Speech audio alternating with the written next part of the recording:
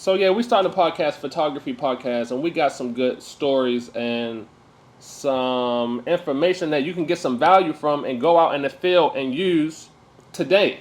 It's all about value. All about value. So we're gonna talk about prime lenses versus zoom lenses when you're shooting events, and then capturing the moment versus the composition. What's more important? And so, what you think, Rod, about zoom lenses or prime lenses when you're shooting events? I'm looking at the fact that when you're looking at a prime lens, sometimes you find yourself getting stuck in a corner or position. Like if you're at a wedding, for example, and you're around a whole lot of people, and you can't really get to that spot that you're trying to get to because the crowd is eliminating. That's when that zoom lens, especially something that's really long, giving you some really long Telephoto lens. Yes. Yeah. So you can really get to that subject without having to be right on there. Prime, it's the distance with your body. I mean, break it down to them to the understanding of what a prime lens is that we're supposed to. So a prime lens is one focal length. A prime lens does not have a zoom. If you're going to zoom, you got to zoom with your feet. You can't zoom with the lens. You got one focal length. Well, you see that quick little cut, just like that, we got lenses on the desk. So this is a prime lens, this is a prime lens, and this is a zoom lens. So you can zoom in and out. Now, this is the kind of zoom lens you want. The kind of way you zoom and it don't extend, it all stays internal. These are the more expensive ones, but these are the good ones you want. You got some of them when you try to zoom it, it'll extend. But, so yeah, prime versus zoom. So when you're in that situation, when your body is moving with a prime, when you can't get to the subject, and the subject's over there, and you can't get there quick, that zoom, especially when you have this big boy here, 70 to 200, boom. You're going to get over there, get in there, all the way to a headshot if you want a headshot, Right. Full body shot, whatever you need. Yeah, and that's another thing. That's why I use two cameras. I'll have one camera with a 70 to 200, and then one with a 24 to 70. And so I can still get like wide shots, I can get mid shots, and I can get real close in telephoto shots. But if you only have one camera, and that has some value for you. Oh, yeah. If you only have one camera and you got two lenses, I would recommend using your 24 to 70, using your wider lens to get the establishing shots, to get the scenery shots, and then switching over to your telephoto lens to capture the moments. Because the scenery is going to stay the same. You're in the same building, you're in the same room, so you just capture the scenery with the wide camera, with the wide lens, and then you're going to get the moments with the telephoto lens. Right. That's what I do. That's what I did. I only had one camera. That's what I was doing. And another option is the 24 to 105. To give you a little more distance and to give you a lot, the same width. Yeah, so if you had a 24 to 105, you can get that wide shot, and you can zoom all the way into 105 and still get that telephoto shot with one lens.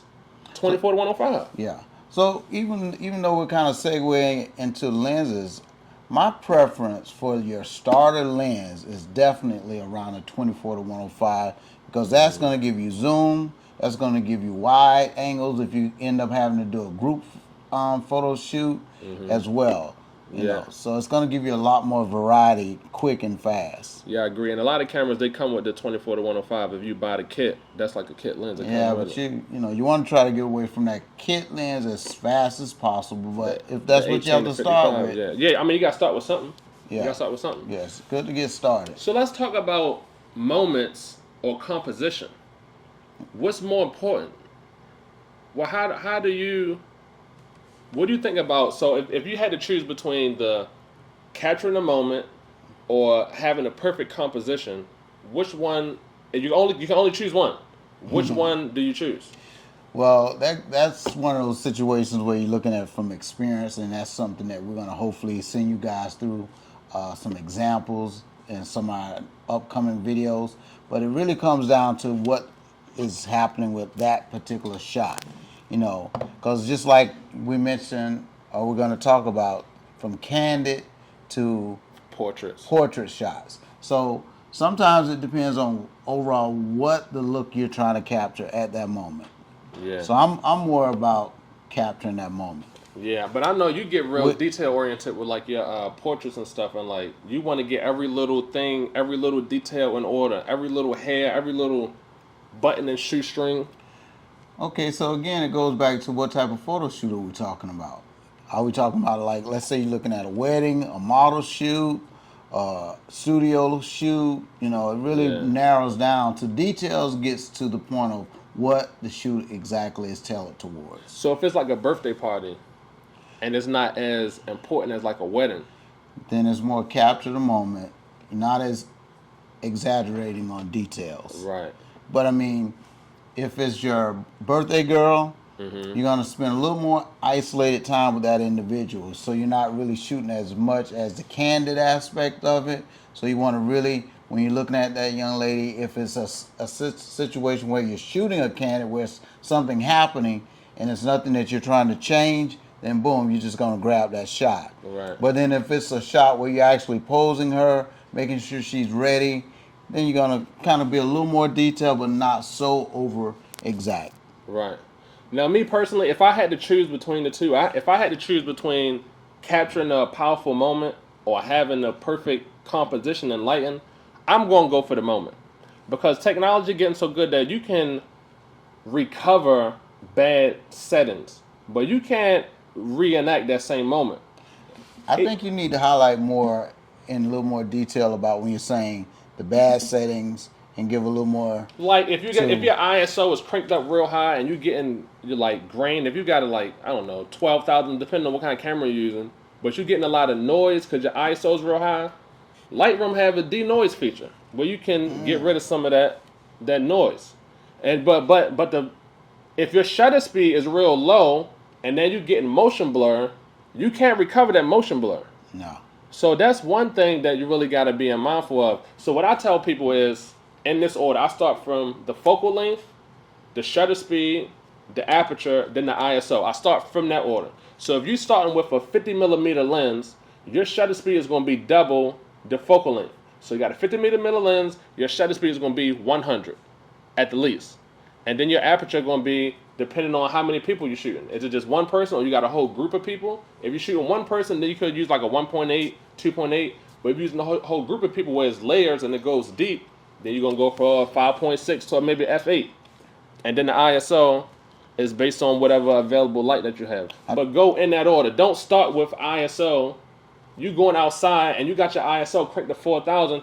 We outside. We got plenty sunshine. We don't need fake ISO light. But that's why they've got to go check out your video that's talking about outside shooting, ISO settings. They cannot miss out on the opportunity of getting those information that's giving you shutter speed, ISO. He has all that stuff available for you. That's a good plug, Ron. I appreciate that. You got to have that, or you're going to be lost. You're not going to even know how to go from point A to point C, not B. You got a lot of changes when you go from inside to outside. You got to go from one extreme to another, and you got to be able to know how to get it. They can't do that without the basic fundamentals from your class. Basic fundamentals. You got to walk before you run. You got to crawl before you walk. Yeah. It got to do in order. You can't skip the steps.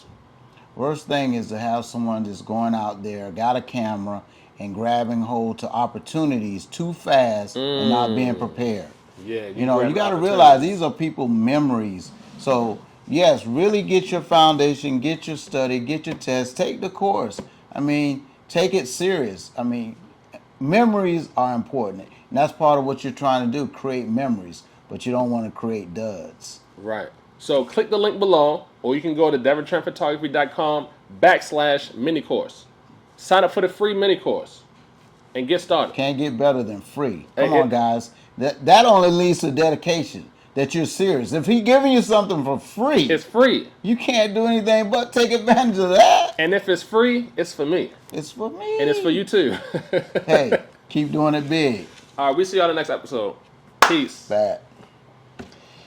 I think that was decent. It was decent. I give it 6.5, 7. But see, that's all.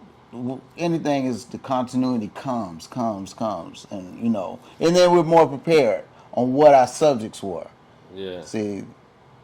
Because and then like before we even started the cameras, we was like, you was gonna ask the questions and I was gonna rant. Even off of that whole composition or the moment, I had did the rant before the camera came on. Now when the camera came on, it got Because that question that you asked was composition or what was it? What was it? The Capture two the moment capture or or composition. composition. See, those two were too close to the same. Because then, as we got further into it, then I realized I said, oh, "Okay, let me." That's when you start going into the ISOs and all that. Yeah. And that's why I said, "Let me bring it back and let him go a little more detail." Boom. So I think it was pretty good. Yeah, on a scale from 1 to 10, I give it a 6. Yes, 6.5 It's is the not first time bad. we did it. So, yeah, what did it say? Practice and make progress. That part. Yeah, that part.